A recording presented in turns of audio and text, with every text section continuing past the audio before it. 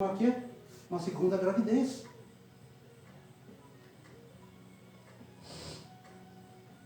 Paulo estava sentindo dores de parto, porque ele estava expressando a angústia que ele estava tendo, a aflição, a dor e o anseio que Paulo desejava a salvação dos Gálatas.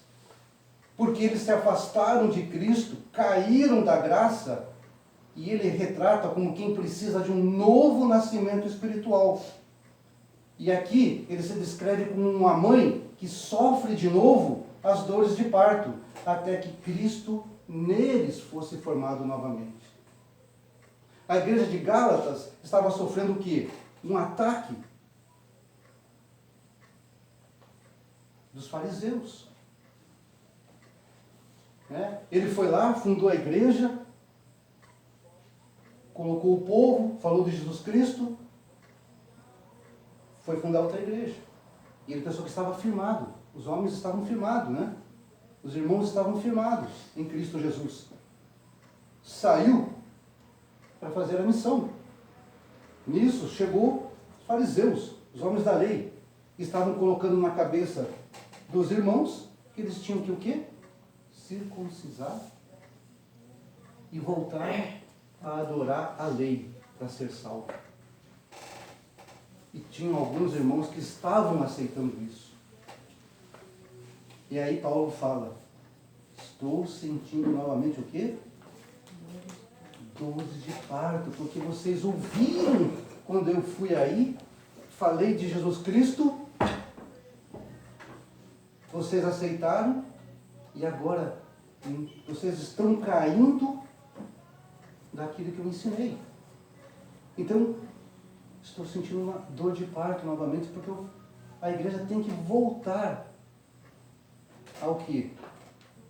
A ter Cristo novamente. E é o que a gente vê acontecendo nas igrejas hoje, meus amados. Pessoas que se dizem que se convertem ao Senhor, mas seguem religiões, seguem heresias.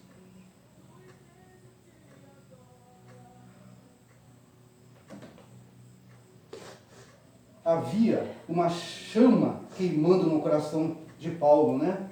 O coração de Paulo ardia pelas almas, como está lá em 2 Coríntios 11:2. Porque zelo por vós com zelo de Deus, visto que vos tenho preparado para vos apresentar como virgem pura a um só esposo, que é Cristo. Amados, porque zelo por vós com zelo de Deus. Cuido de vocês com o cuidado de Deus. Esse é o dever do pastor. Cuidar de vocês com o cuidado de Deus. Visto que vos tenho preparado para vos apresentar como virgem pura a um só esposo. A igreja não é a noiva de Cristo? E como que nós temos que nos apresentar na volta dele? Puros, amados. Puros. E isso Paulo estava falando à igreja. Ei, eu tenho cuidado de vocês, estou cuidando para vocês se apresentarem ao noivo logo. E o que nós estamos fazendo?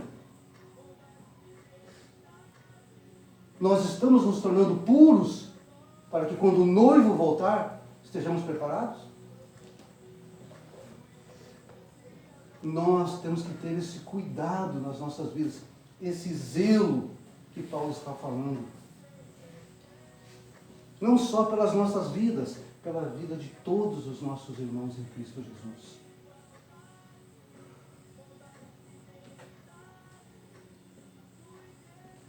A única preocupação de Paulo era ver o crescimento espiritual da igreja. E é o que nós também devemos ter, amados. Esse zelo para ver a igreja. E quem é a igreja? Nós somos a igreja. Nós temos que crescer espiritualmente, amados. 1 Tessalonicenses 3,10. E como é que nós vamos fazer isso? Olha o que Paulo fazia pela igreja. Orando noite e dia, com o máximo empenho, para vos ver pessoalmente e reparar as deficiências da vossa fé. O que ele está falando aqui? Ele orava noite e dia, o máximo empenho, ele orava a Deus, Senhor, me dê oportunidade para ir lá naquela igreja, na igreja de Gálatas, né? Para ver pessoalmente e reparar as deficiências da vossa fé. E é isso que nós temos que ter, amados. Orar noite e dia, com o máximo empenho, para que Deus repare aquilo que nós temos falhado. Sabe? Eu, como pastor, eu tenho que orar por vocês. Eu tenho que realmente fazer o quê? Noite e dia com o máximo empenho. Mas vocês também têm que fazer isso. Vocês têm que estar orando. Tá? Em nome de Jesus. E nós temos que entender uma coisa. Não basta só pregar, evangelizar. Nós precisamos ser a boca de Deus aqui. Amém. Nós precisamos ser a boca de Deus. Uma coisa é proferir a palavra de Deus. Outra coisa é ser a boca de Deus.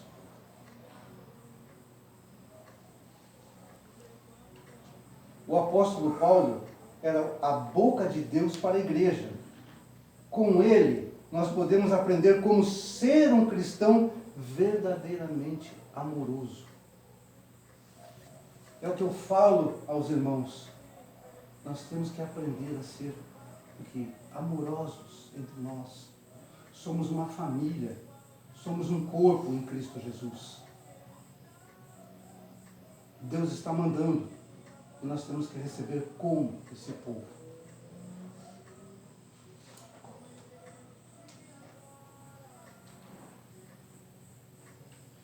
Em suas cartas, o apóstolo Paulo induzia a igreja a ter santidade.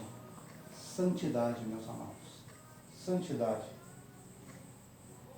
E o desejo de conhecer muito mais de Jesus Cristo.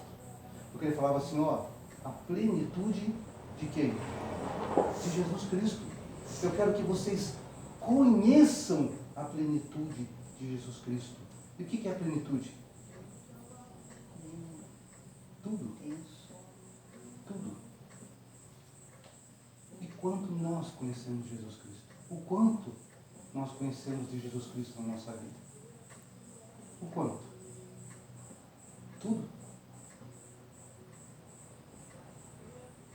2 Tessalonicenses 2, de 7 a 11. Por isso, também não cessamos de orar por vós, a fim de que o nome do nosso Senhor Jesus Cristo seja glorificado em vós, né? Todos vocês, e vós nele. Olha só, amados irmãos. O nome do Senhor Jesus Cristo seja glorificado em vós, nós e nós nele. E nós nele. Nós temos que entender essa palavra. Sem santidade, nós sufocamos e nós vamos morrer lentamente. Não é verdade? Se nós não procurarmos a santidade, como é que nós vamos atingir a plenitude de Jesus Cristo?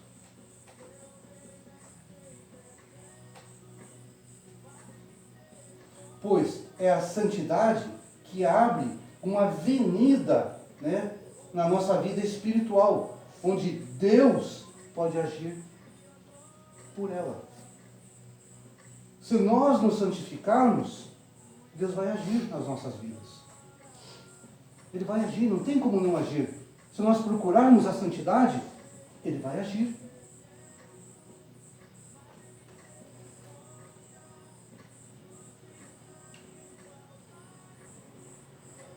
Sabe, amados, o que falta em nós muitas vezes é nos humilharmos na presença de Deus. É chorarmos na presença de Deus. Sabe? Nós temos que realmente, em oração, abrir o nosso coração, como fez Eliseu.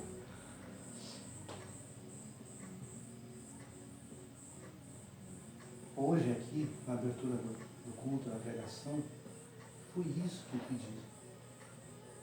É isso que nós temos que fazer todas as vezes.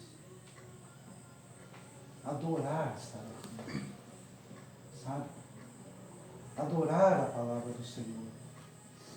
Se for preciso, se humilhe na presença de Deus. Deus, eu estou assim. Que essa palavra realmente penetre no meu coração. Que eu viva essa palavra. Que eu não venha aqui só escutar essa palavra, mas que eu viva, que eu aprenda.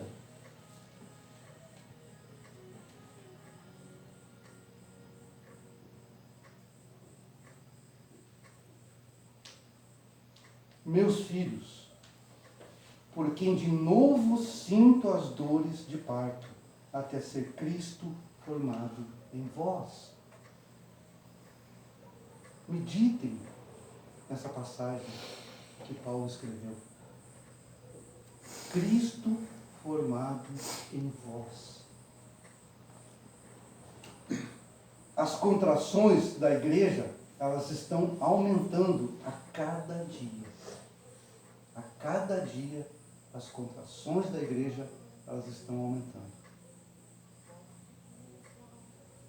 Infelizmente, muitos ministros têm contribuído para esse aumento. Eles optaram por diminuir a verdade sobre renúncia e assim eles estão criando o quê? Uma geração de cristãos fracos.